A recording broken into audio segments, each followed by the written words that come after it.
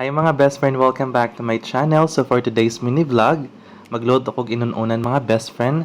Ang akong inununan na style mga best friend kaya wala ni siya tubig, pulos ra ni siya suka mga best friend akong kisabaw. Unya na siya kanang laurel leaves, black pepper, ahos, loya ug sibuyas mga best friend. So mo na akong style sa inununan mga best friend. Unya mga best friend, kahibaw ba mo sa Manila kay ilahang inununan ngadto ang tawag nila kay paksiw. Nya diri sa ato kay ang paksiw kay lechon, di ba? Kanang leftover sa lechon. Mas social ta mga best friend char. Ito mga best friend ay nagluto na kog kanon daan kay kahibaw na ko na kumbati kay niya tong kaon kay lami kay inununan mga best friend kay na siya gata.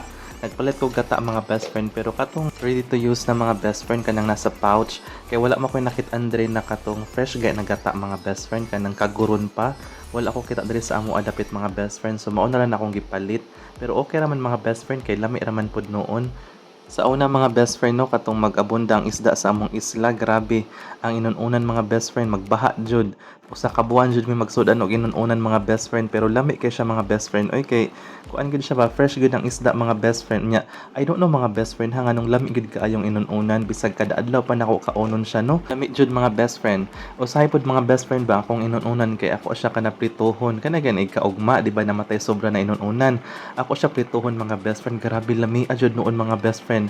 Mukaob lagi imuhang usa ka kalderong kanon char. Bitaw mga best friend kana diha na part hapit na maluto ang inununan. Nya gutom na gid kaayo ko mga best friend. Excited na kay ko mukaon diha na part. So nagsukad na ko mga best friend kay di na gid maagwantang kagutom. So maora to mga best friend, salamat sa pagsuporta og amping mo kanunay.